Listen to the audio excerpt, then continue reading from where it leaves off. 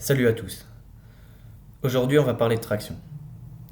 Je sais que beaucoup d'entre vous se posent la question, mais comment est-ce que je peux m'améliorer en traction? Et aujourd'hui, je vais répondre à ça. Alors, je m'appelle Mathieu Reinhardt, je suis coach en musculation, et on rentre tout de suite dans le vif du sujet. Les tractions, c'est un exercice de force relative. C'est-à-dire que plus vous êtes lourd, et plus votre composition corporelle aura un pourcentage de masse grasse élevé, plus ça va être dur pour vous de performer. Et à l'inverse, plus vous serez léger et plus vous serez musclé, plus ça sera facile pour vous de performer. Donc ça dépend un peu de votre composition corporelle. Et faut vraiment pas oublier ça si votre objectif principal c'est de performer sur les tractions. Mais sur ce, je vous donne tous les tips et vous aurez vraiment plus aucune excuse pour être bloqué. Et à la fin de cette vidéo, honnêtement, vous allez voir si votre objectif c'est de progresser, si vous appliquez tous mes conseils, votre niveau en traction il va vraiment décoller. Donc, ce que vous allez devoir faire, c'est de travailler les tractions 2 fois par semaine. Il faut que vous travailliez les tractions et cet exercice-là, surtout pour progresser en traction, et il faut que vous accumuliez du volume. Alors 3 fois par semaine, ça va nuire à votre récup dans la majorité des cas si vous travaillez intensément, donc restez sur 2 fois par semaine. Le jour 1, vous allez travailler des tractions en pronation.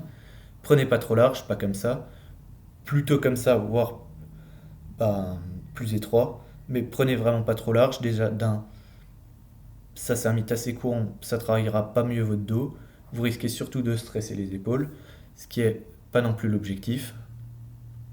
Et donc, vous allez faire du 4x4 par exemple, ou du 3x6, du 3x8 si vous changez les blocs, ou d'autres formats si vous voulez vraiment travailler la force du 4x2, mais vous allez d'abord partir sur du 4x4.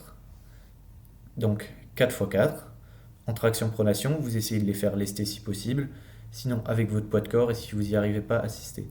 Mais si vous faites des tractions assistées, faites même moins de répétitions et essayez vraiment de mettre le moins de poids possible. Donc vous faites votre 4x4 et vous mettez le plus de poids possible tout en respectant un certain RPE. Vous allez partir à peu près en RPE 6,5-7 au début du bloc, puis vous allez monter progressivement pendant votre bloc et vous allez arriver vers la fin du bloc à un RPE de 9,5 à 10. Ce qui va vous permettre d'augmenter votre charge, de créer un élan de progression. Si vous avez des questions dessus ou quoi, j'ai déjà fait d'autres vidéos sur les blocs. J'en referai encore vu que c'est quelque chose de difficile à planifier qui pose problème à beaucoup de personnes et j'ai beaucoup de conseils à vous donner là-dessus. Et sur ce, je passe à la suite. Donc, pour le jour 1, donc, vous allez travailler votre action en 4x4 en pronation. Le jour 2, vous allez vraiment chercher la force max. Donc, vous allez soit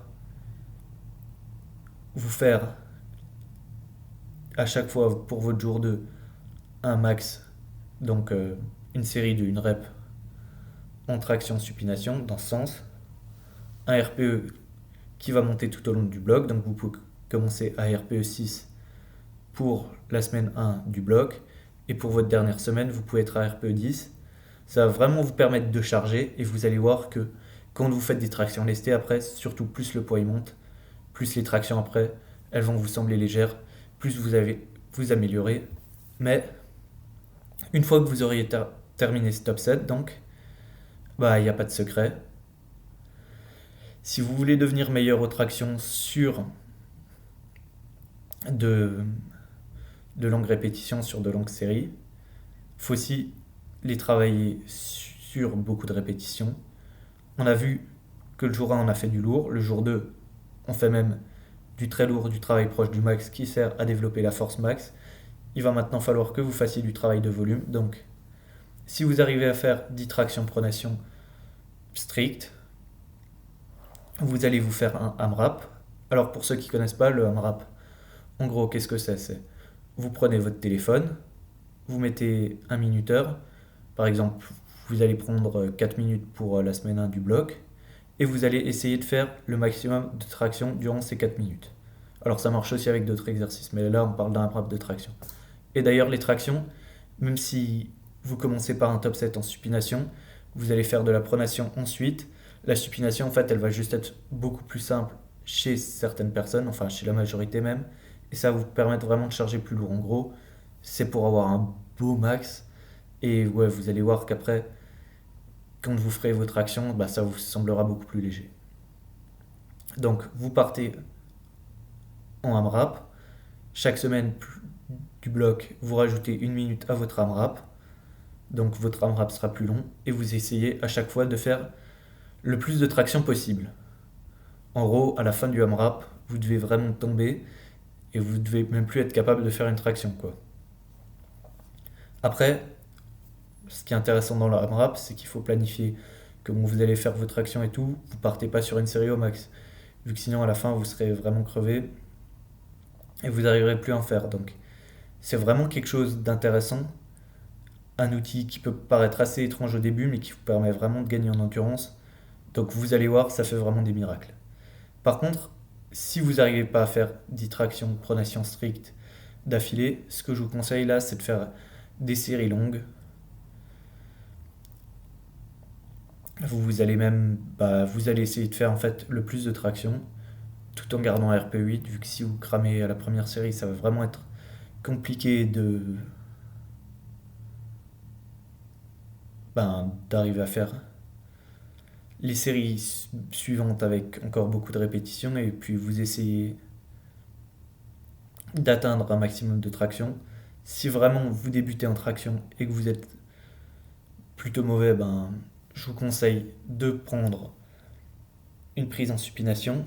Et si vraiment vous n'arrivez pas à passer de traction, ou que vous n'arrivez pas à en avoir 4-5 en supination, là, exceptionnellement, je vous conseille soit de faire encore un peu de travail en supination, soit de passer au tirage vertical. Mais ce qu'il faut vraiment que vous reteniez, c'est que le tirage vertical, ce n'est pas des tractions. Et en fait, c'est pas des tractions, vous n'allez pas progresser aussi bien que sur des tractions. C'est ça le problème du tirage vertical. Donc le tirage vertical, vous allez essayer de le quitter aussi vite que possible. Ça, c'est pour tout le monde. Ça peut être un exercice utile, mais si vous voulez progresser en traction, en fait, il faut faire des tractions. Et le tirage vertical sert beaucoup moins que les tractions. Donc, vous pouvez le travailler 2-3 fois, mais ouais, ça doit vraiment pas être la base de votre programme. Sur ce, je vous fais encore un petit briefing des erreurs courantes en traction. Donc, ouais, les erreurs courantes, c'est les tractions assistées. En fait, c'est d'en faire vraiment trop avec une bonne forme, alors que même si vous auriez une mauvaise forme, vous pourriez quand même faire quelques tractions normales. C'est d'avoir les bras beaucoup trop ouverts comme ça, ce qui met juste du stress sur les épaules et qui réduit votre force. Vous travaillerez pas mieux le dos. Le manque d'amplitude aussi, c'est pas bon. Enfin, vous allez juste moins bien travailler. Peut-être que ça peut vous donner l'impression d'être fort, mais en fait, vous progressez juste moins vite et ouais, c'est un peu se tromper, mais je vous conseille vraiment d'avoir une amplitude plutôt bonne. Et sur ce, vous savez maintenant tout ce qu'il faut savoir sur les tractions. Si vous avez une petite question, n'hésitez pas, les commentaires sont là pour ça. Et je vous dis à bientôt. J'espère vous voir sur les prochaines vidéos et sur mon canal WhatsApp. Pour ceux qui ne me connaissent pas, c'est un canal sur lequel je publie de la valeur chaque semaine. Je vous donne vraiment des conseils, des tips, vous avez accès à Notion. C'est vraiment à pas louper, ça peut vous permettre de progresser beaucoup plus vite. Si vous avez des questions en plus, je pourrais y répondre. Des fois, j'envoie vraiment de la valeur dessus, des petits conseils d'entraînement. Donc, je vous conseille vraiment de le rejoindre. Surtout qu'en plus, chaque jour que vous perdez et pour lequel vous ne le rejoignez pas, en fait, vous ne pourrez pas voir les anciens messages. Donc, ouais, rejoignez dès que possible. Et puis, à plus.